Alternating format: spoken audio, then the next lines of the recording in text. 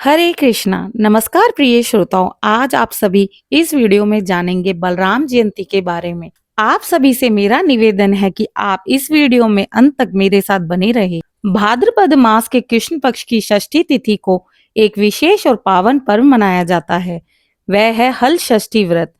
यह दिन बलराम जयंती के रूप में भी प्रसिद्ध है, क्योंकि इसी दिन भगवान श्री कृष्ण के ज्येष्ठ भ्राता शक्तिशाली धर्मपरायण बलराम जी का जन्म हुआ था। हल का अर्थ है खेती का उपकरण और षष्ठी का अर्थ है तिथि का नाम। बलराम जी का एक नाम हलधर भी है, इसलिए बलराम जयंती को हल षष्ठी भी कहते हैं। हल षष्ठी का व्रत श्री कृष्ण जी के जन्मोत्सव यानी जन्माष्टमी से 2 दिन पहले रखा जाता है, परंतु इस वर्ष 2025 में जन्माष्टमी 2 दिवसीय मनाई जाएगी, 15 और 16 अगस्त को। इस व्रत को महिलाएं निर्जला और निराहार रहकर उपवास रखती हैं। श्री कृष्ण जी के बड़े भाई बलराम हल धारण करने वाले बलदेव या बलभद्र के नाम से भी जाना जाता है, कृष्ण जी के बड़े भाई हैं, जो कि अविरल शक्ति, कृषि और धर्म के प्रतीक माने जाते हैं।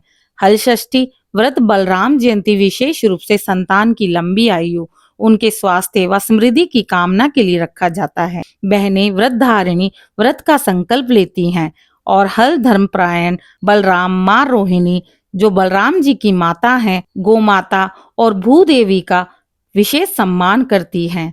आइए श्रोताओं, आगे इस वीडियो में श्रवण करते हैं बलराम जयंती, हल षष्ठी, हल छठ, लल्लई छठ कब है, पूजा का शुभ मुहूर्त गोधूली मुहूर्त कब होगा, और जानते हैं बलराम जयंती के दिन किन चीजों का निषेध है और यह व्रत किस प्रकार होगा। इस वर्ष साल 2025 में भाद्रपद मास के कृष्ण पक्ष की षष्ठी तिथि का आरंभ 14 अगस्त गुरुवार को सुबह 4:24 पर होगा और षष्ठी तिथि का समापन 15 अगस्त दिन शुक्रवार को सुबह 2:07 पर हो जाएगा। ऐसे में हल षष्ठी का पर्व 14 अगस्त दिन गुरुवार को ही मनाया जाएगा। आइए जानते हैं 14 अगस्त गुरुवार के दिन के शुभ मुहूर्तों को।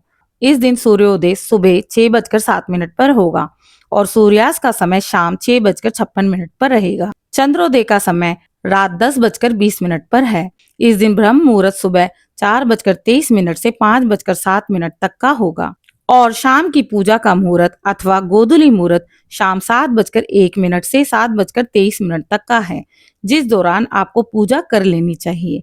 इन मुहूर्त में विशेष पूजा आराधना की जाती है। आइए आगे जानते हैं इस दिन क्या नहीं खाना चाहिए।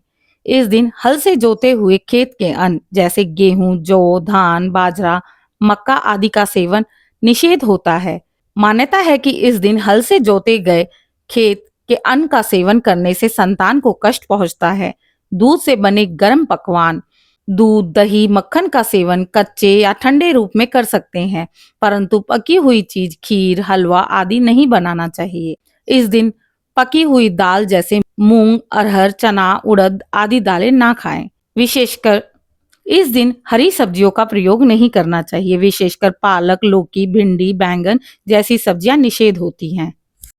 इस दिन हल या किसी भी खेती के औजार से जमीन नहीं जोती जाती।